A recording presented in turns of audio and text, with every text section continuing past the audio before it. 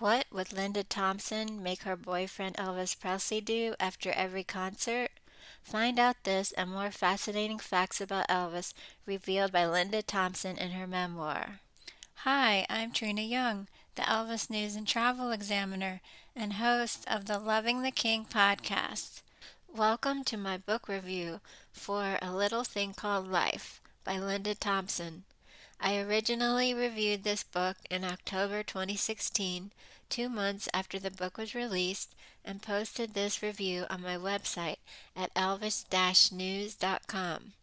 Here are 5 things I learned about Elvis Presley from Linda's book. Although the Elvis Presley section in Linda Thompson's new book only takes up about 1/3 of the pages, 170 to be exact, this personal memoir is still a must-have for die-hard Elvis Presley fans. Linda Thompson, who was not only Elvis Presley's girlfriend for 4.5 years but also the ex-wife of Bruce Jenner, now Caitlyn, recounts some of the most notorious stories about Elvis in her book called A Little Thing Called Life, From Elvis's Graceland to Bruce Jenner's Caitlyn and Songs in Between. Linda was there when Elvis shot the TV out when he was watching singer Robert Goulet on screen. Linda recounts, quote, "It's not that Elvis didn't like Robert Goulet or his singing. It was just his particular mood on this particular night. He was not in the mood to hear Goulet's voice." Unquote. "It sounds like he's trying too hard, stiff. I just can't stand watching this," Elvis commented about Goulet's operatic singing. Goulet was apparently singing Camelot or something similar, Linda recalled. Presley asked Linda to leave the room as he pulled out his gun. Linda pleaded with him to just change the channel, but Presley insisted. Thompson quickly left and shut the door, only to hear shots fired at the television. "Okay, honey, you can come back in now," Presley shouted, living up to his nickname of Crazy that was inscribed on the back of his diamond-studded ID bracelet. Another scary story Linda shares is when she was almost shot by accident by Elvis while in the bathroom of Presley's Vegas penthouse. Yet somehow A Little Thing Called Life maintains a positive, upbeat tone throughout these stories, appropriately matching the personality of the author.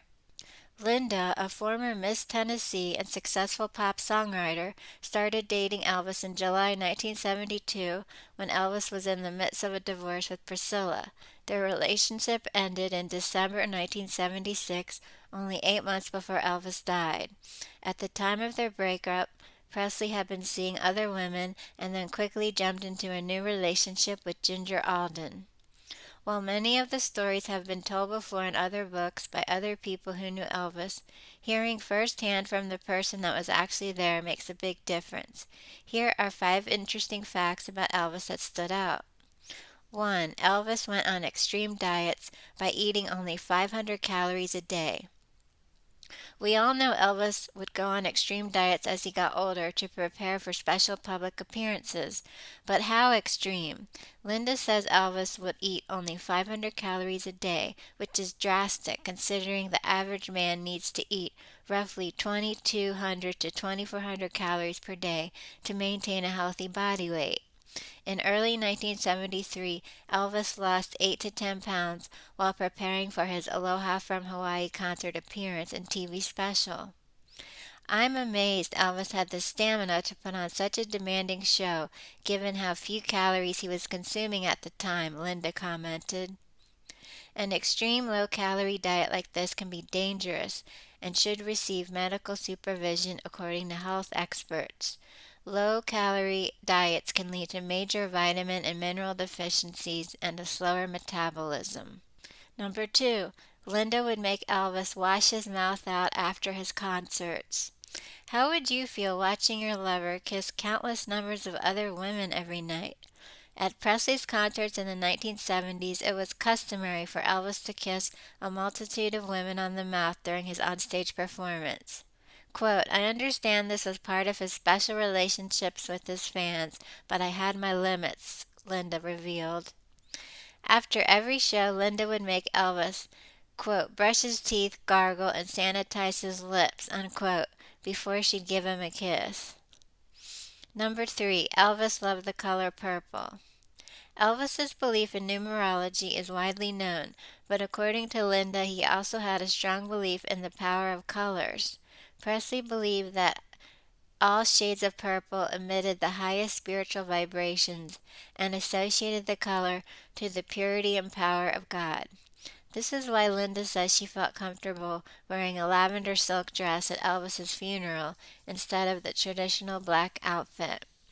Number 4, Elvis wore every religious symbol around his neck. Fans are aware that Elvis used to wear not just a crucifix, but also a Star of David around his neck. Linda explains that he used to wear even more religious symbols, including an Egyptian ankh, a lamb, and a crescent moon and star to represent Islam. When asked why he wore virtually every religious symbol around his neck at once, Elvis replied, "I don't want to miss heaven on a technicality." Number 5, Elvis wore high collars to hide his chicken neck. Apparently, Elvis' parents used to tease him as a child that he had a scrawny chicken neck. As a result, Presley sought out wearing high collars as much as possible. Funny how an insecurity could turn out to become a major fashion statement. "It's not because I think I'm cool or trying to be cool," Elvis confessed to Linda. "It's because I'm trying to hide my little chicken neck. The people don't understand that." Linda is one of the last women in Elvis's life to tell her story following Ginger Alden's book that came out in 2014. After Presley died, Thompson was a consultant on the 1981 TV movie Elvis and the Beauty Queen, which starred Don Johnson as the king. In 2006, a close girlfriend of Linda's, Jeannie LeMay Dumas, wrote her own memoir of her experiences knowing Linda and Elvis called Elvis, Linda, and Me. Thompson gave her blessing and wrote the foreword for the book. Finally, it was so touching to hear in Linda's own words how she felt when Elvis expressed his love for her. Quote, "When he told you he loved you, you never questioned it. I never felt more deeply loved in my life than in the moments when he spoke of his love for me. He had this way of loving so hard I could actually hear him grinding his teeth." Unquote. To order Linda's book, see the purchase link in the description below. For more fascinating Elvis Presley stories, check out my book, Elvis, Behind the Legend, Startling Truths About the King of Rock and Roll's Life, Loves, Films, and Music. I hope you enjoyed this podcast.